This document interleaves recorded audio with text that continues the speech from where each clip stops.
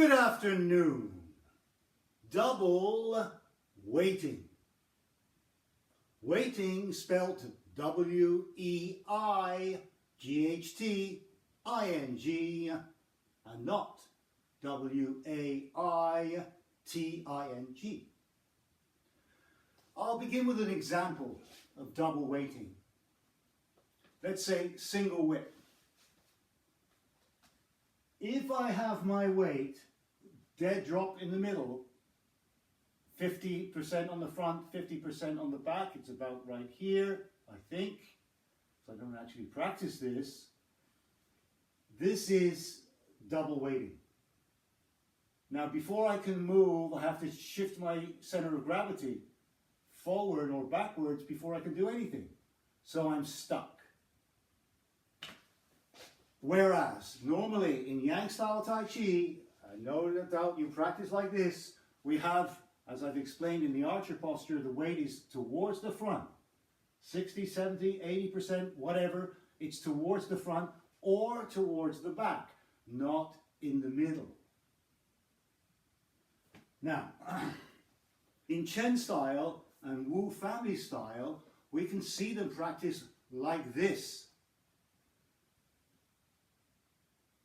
Now from the outside, this looks like double weighting. But what they actually do is they separate the energy in the body.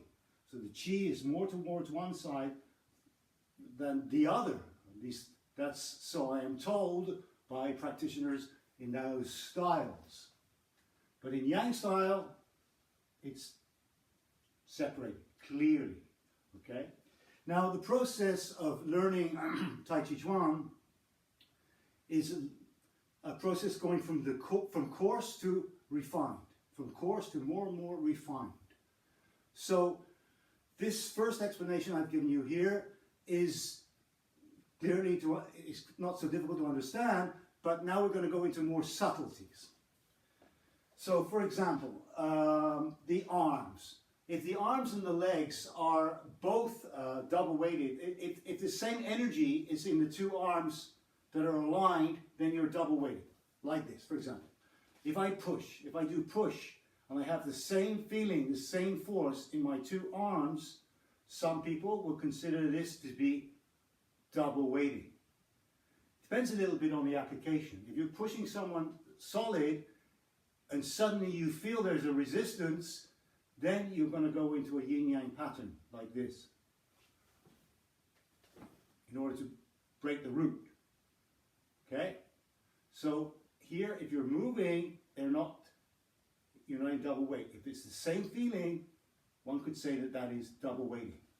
Same thing with a single whip. Now, if this leg and this arm are both yang, and these are yin, then you're double weighted. They should be crossed over. So this arm is, let's say this arm is yang, actually is yin when you make your attack. This is yang. So this is yin. Yang. Okay? We need to think about these things, study them, practice them.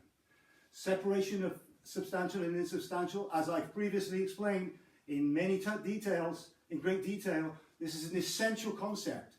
This leads to stability, it leads to speed, it leads to balance, many other qualities. And it's unique, as far as I know, in Tai Chi, where we really separate the weight like this.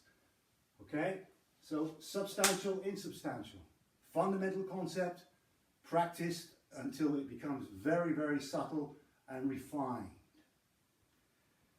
So those are several understandings of double weighting. Now, here's another one. When we have a partner, let's say in push hands practice, there you can feel easily when you're double weighted. Then you can have mutual resistance. It's like two forces like this, two bulls charging at each other. Yang against yang, which is not Tai Chi. Yang against yang has nothing to do with Tai Chi Chuan. Okay? So, if you are in mutual resistance with an opponent, then you have to change immediately, in an instant. Otherwise, the greater force will win, obviously. Okay? And so, in push hands or applications, of course, in applications, you have to know where you have to feel the center of gravity of the opponent so that you don't match, you're not matching yang against yang, but rather using other subtle techniques and strategies.